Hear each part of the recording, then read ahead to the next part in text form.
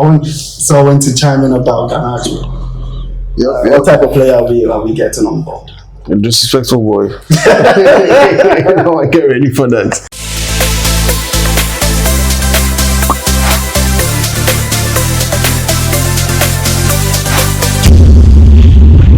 Sulia. Welcome back to Sulia. And today we are joined by Alexis Laura, the queen of spontaneity. We'll tell you what that is soon. But she's a Chelsea fan. Yes, she is. Lovely one of that. Wearing the black kit of last season. With me as well as Owen Saki, playing a immaculate role. As usual. With me, Larry Daisy. This is Sulia. We're going to start off with our lovely Chelsea. How are you feeling about the season already? Lovely Chelsea. 8 out of 12 points.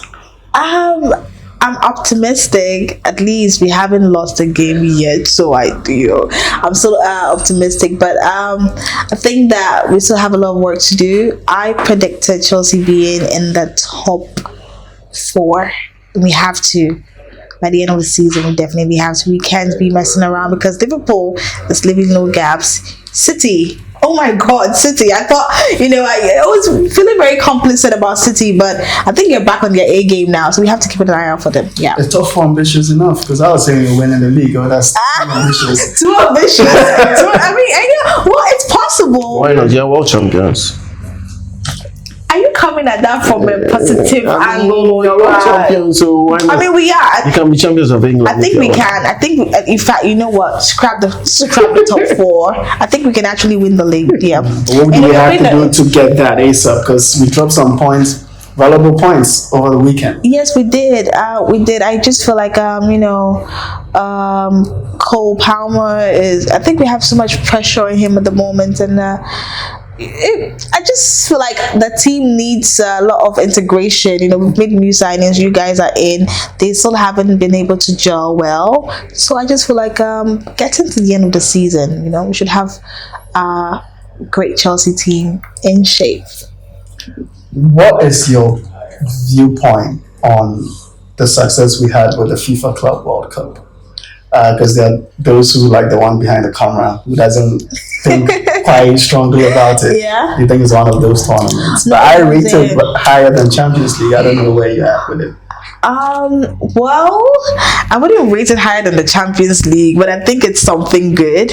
And with Chelsea performance, I wouldn't say it was one of those things. I followed the tournament, and I just kept on saying that, looking at the way we're playing at the beginning of the tournament up until, getting to the finals, that was a ready Chelsea team. They were hungry. We needed something. Look at the way we ended the Premier League. We really needed something to hold on to. And PSG wasn't all that. If you remember the Champions League final,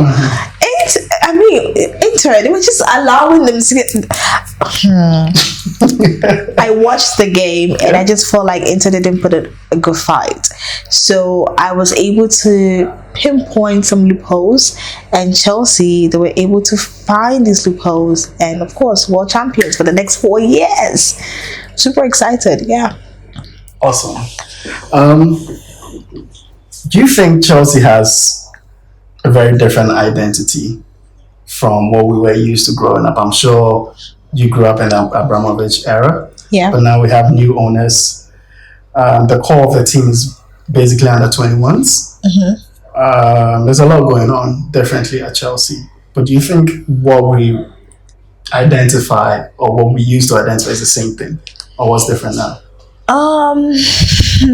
There's a reason why I still love this club. I grew up watching, the whole Drogba, Victor Moses, and David Luiz. Those guys were the ones I fell in love with, and the spirit is still there. I feel like once you become a part of the team, it's just something about Chelsea. I've seen the new signings. People have come from United. Let's keep an eye on Garnacho. Let's just see how he performs, and it will show you that being a part of Chelsea is something that I don't even know how to say it. It's you just part of a big family, and there's this spirit about the club that I just love so much. But when it comes to the type of players or the type of play, the style of play we have now, I feel like generally football has become soft.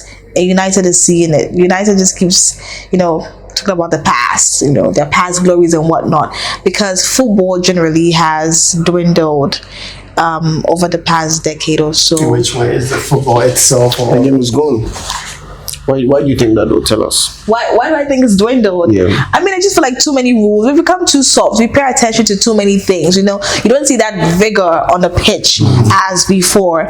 I mean, you can catch that energy in the African football, but you can't catch it in the Premier League. It's too regulated, so it's not as fun as it used to be back in the days. There's so many rules and regulations, so I would say it's become softer now.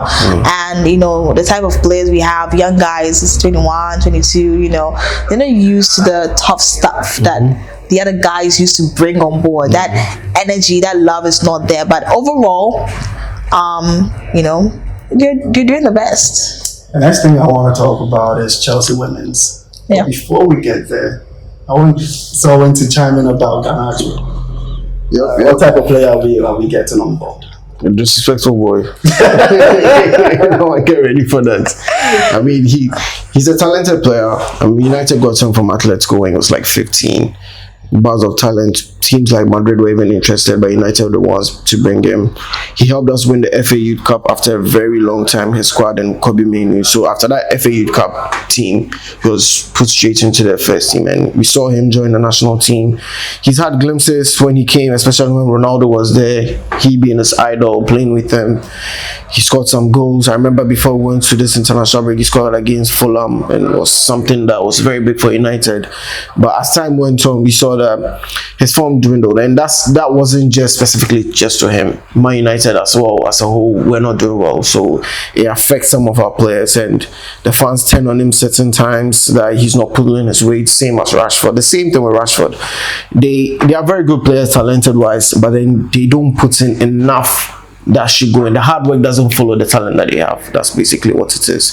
So in terms of being late to training, being late to team meetings, these are the certain things that Garnacho was so always guilty of. But on the pitch, if he's comfortable and he's on his ride, he's one of the best players you can ever get. So yeah, just need to manage him very well. I had a lot of mixed feelings. I thought we had enough money to go for somebody like Rodrigo, because he's like a proven talent, and we all know that his preferred position is on the left wing. Arsenal didn't get him, and Arsenal went for Eze.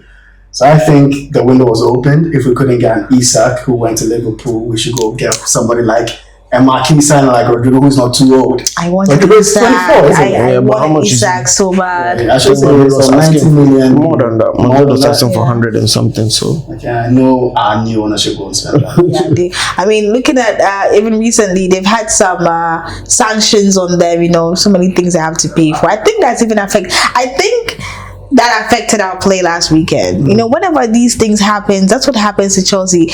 To be very practical, when this whole thing about our management happened, and then Todd Bowley had to come in, and the whole Tuchel and everything. It affected the club, because this was a club that won Champions League. It was a Champions League. We won the Champions League. 2021. And all of a sudden we just went down. It was a whole management thing, so that also affects the psyche of the players.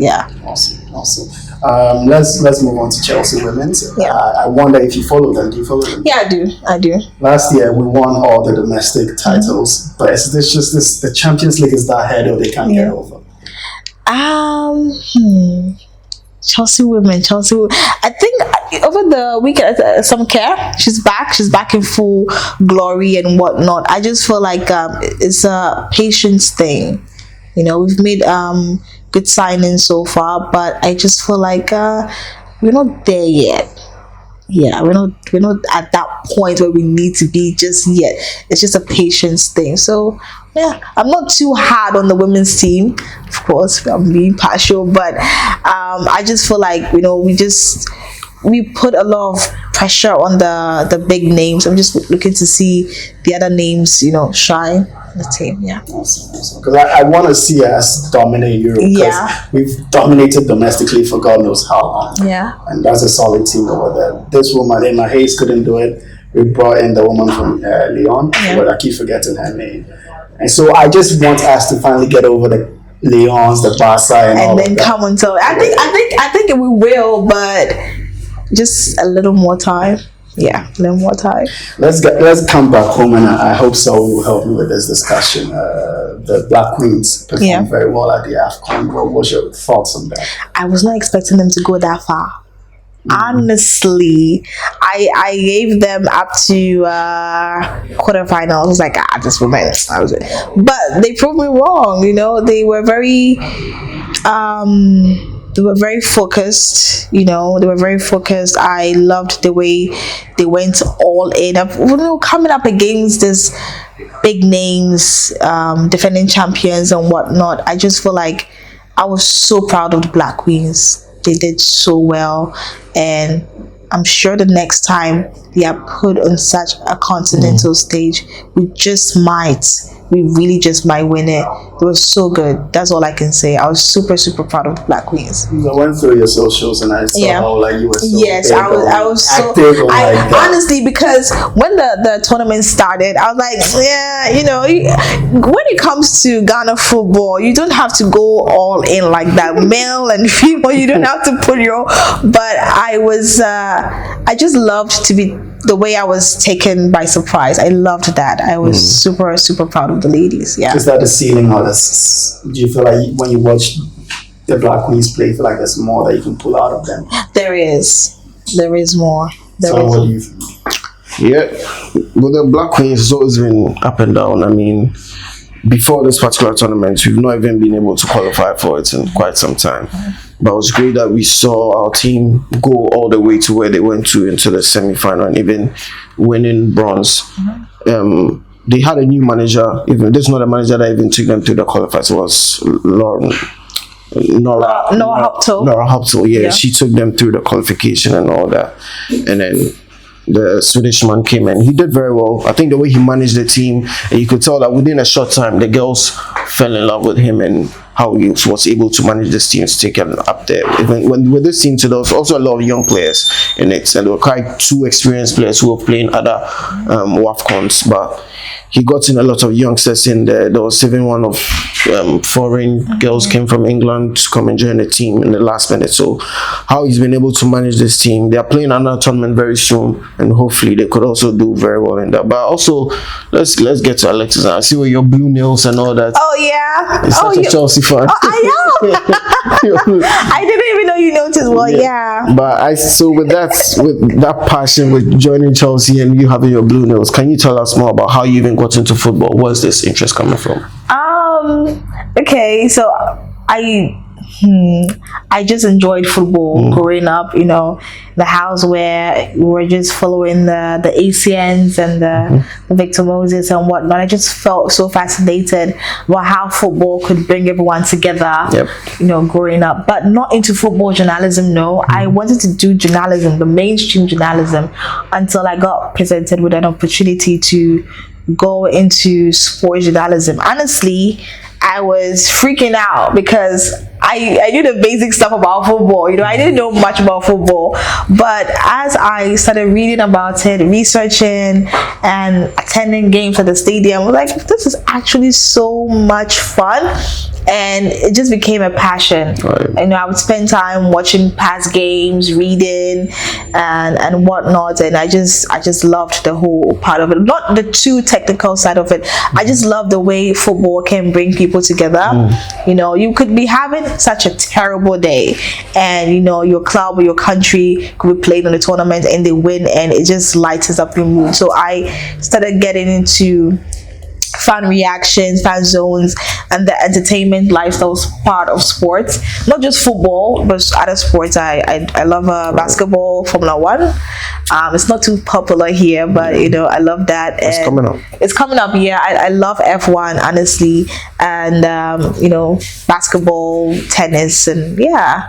Awesome. And that brings me to the question. There's this tagline that you always put up, sportainment. Sportainment, yeah. Tell us what all of that is about and how you have built a niche for yourself and what you seek to do with sportainment. Okay, so it started off as sports entertainment basically. I know it's a mouthful, but I am actually a mouthful.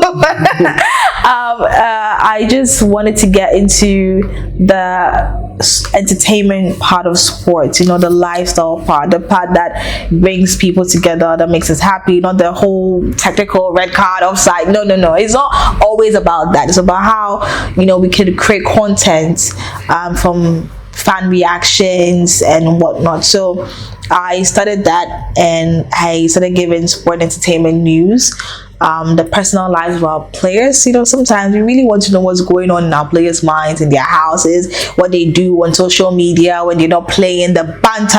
I love the banter. I live for the banter, honestly. So I started getting into that, and also viewing parties, which is what I do now. So I have the sportainment squad. So we are a group of friends. We come together and we host viewing parties, watch parties, and it's always so much fun. So basically that's what we're doing for now. Hopefully I want it to become a global thing where I could have squads across the continent, across the globe, and we're just together watching football and just having a good time. Yeah. Awesome. There's this thing you said earlier that I want to just dive deeper into. You mentioned footballers and their stories and their backstories. Which one hit you at a point that you had to present and you went to research? Like, oh, I found out this. Share a story, an interesting story. Oh, wow. I really can't pinpoint. It's so interesting. I'm really trying so hard to pinpoint. Honestly, I can't, because so many things have happened over the past year. So many interesting stuff. Their personal lives. I really find it hard to pinpoint, but it just got me so excited. The lives of the players. I even became friends with some, footballers, some Ghanaian players and whatnot, and it just gives you a different perspective of their life, of their rituals before they come on the pitch. Because yes, football is your thing, but it's not your whole life. They love to listen to music, they love to do other things other than football. Some even play other sports other than football. So I can't pinpoint, but I think it definitely was something I just can't pinpoint. If you go to your Instagram, you see a picture with FIFA president. How did that come about? Yes, that was just a few months ago in Egypt for the CAF General Assembly. So he was there, and we were just talking about football growth and development on the continent. So I'm very passionate about football advocacy. I'm into sports law, so I asked very interesting questions on women's football on the continent and advocacy for them in case of human rights breaches and and whatnot. So meeting the president was brief, but I just wanted to pick his thoughts on football for women on the continent. What is his interest? What is FIFA doing for women's football, especially on the African continent? I did get quite a good answer. Unfortunately, because it was not an accredited conversation, I could not put that discussion online, but he has good visions for women's football. If there's one thing you have an access to him for him to implement or change immediately, what would it be? A lot, but I will start on the salaries of women's clubs across Ghana, Nigeria. They don't earn as much as you're supposed to be earning, and I feel like this affects them. I feel like they should be earning more. I would just say I'm just really biased when it comes to women's football. I feel like they should be earning more, so it will be to increase their salaries and their bonuses. Yeah. So sportainment, that's your thing. So I'm wondering what you're doing at the CAF General Assembly, because I think that's more too serious. Yes, I'm actually into sports law, so I have an LLB Oh, great. at the moment, and I'm still pursuing my legal education. So I have also signed up with the sports and justice law firm in Egypt. Okay. So I am an ambassador for them for sports law. So I went. So, sorry, you studied sports law. I studied law. Law. Yeah, Okay, and- but you want to do sports Yes, law. I want to do sports law. So I studied law. I graduated last year Okay, where? from University of Ghana School of Law. Yes, so I'm still continuing my legal education, and I went there because of the. So I had the opportunity to know some of the topics that would be discussed, and I felt like I needed to be there. I needed to speak to Mr. Masepe, and I Right. did get the chance to do that, to ask him. So you went there on your own. Yes, I did. Okay. You got accreditation. Yes, Okay. yes, I got accreditation Nice. to go there, and I needed to speak to Mr. Matsupe. I asked him about women's football, what are his plans for it on the continent, and I also needed to go and have a look at sports and justice law firm in Egypt, and just be a part of the family. Nice. Yeah. Nice. So it's sometimes serious, sometimes not too serious. Yeah, I just like to blend the whole thing together. Nice. Yeah, work and happiness. So in the long run, what are you trying to do? Because it looks like you want to do something in African football. Yes, definitely. This is where I'm from.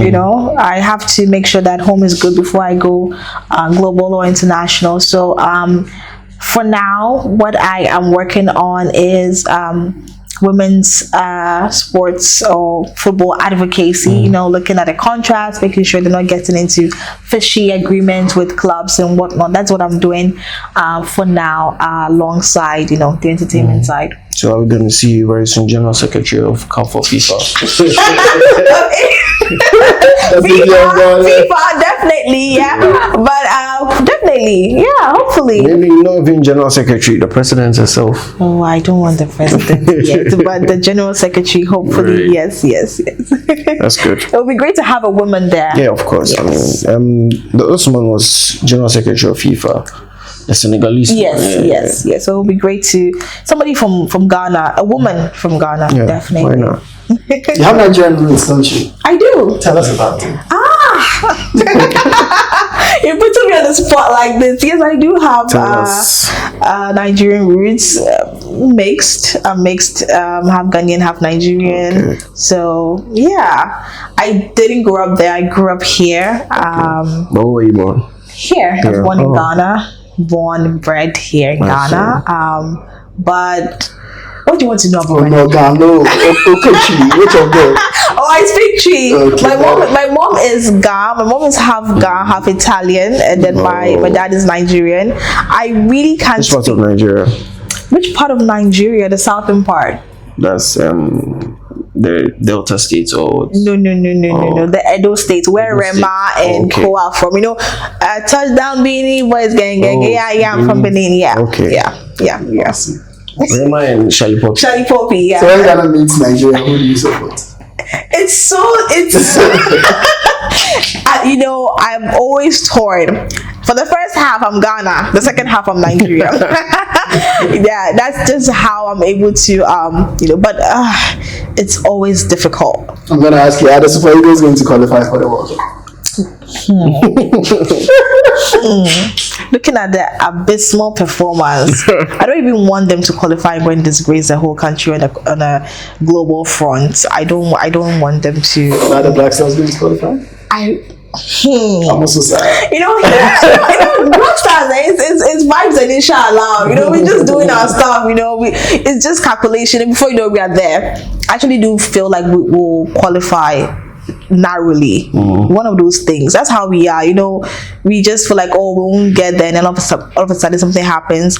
I was expecting that for the AFCON, but unfortunately we're not able to qualify. But Nigeria is in the AFCON, so yeah. Well, what should it profit a man to qualify for AFCON and not qualify for the World Cup? But it's okay. It's okay. They should take the AFCON. We're going for the World Cup. Awesome. Tell us a bit more about behind the scene. You were telling us about the watch parties. And Yes. What's coming up?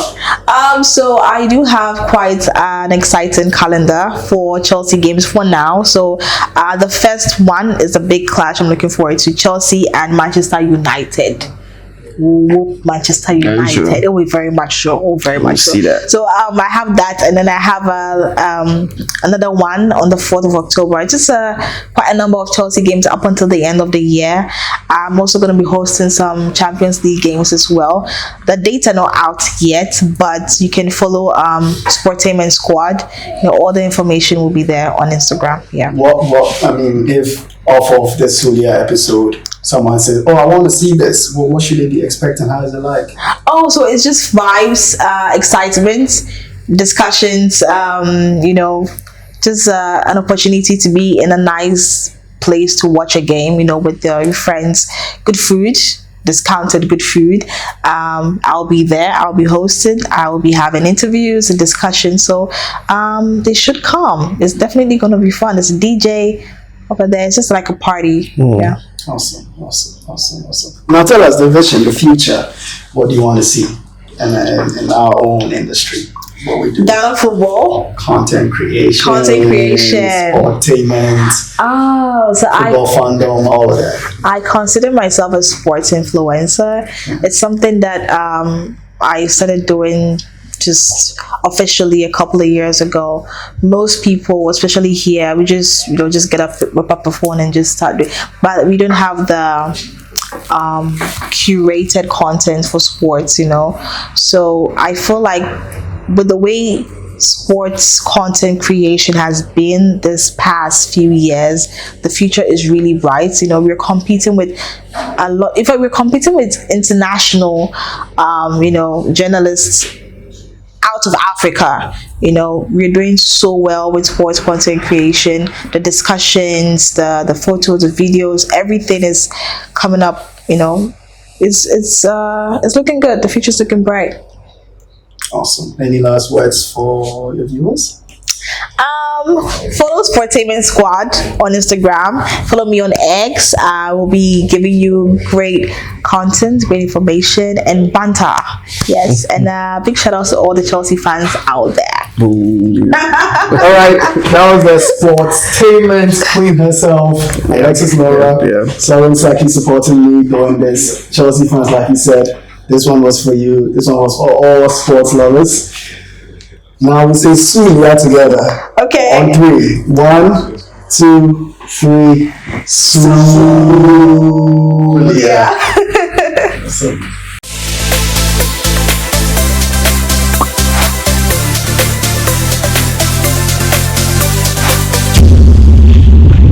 Sulia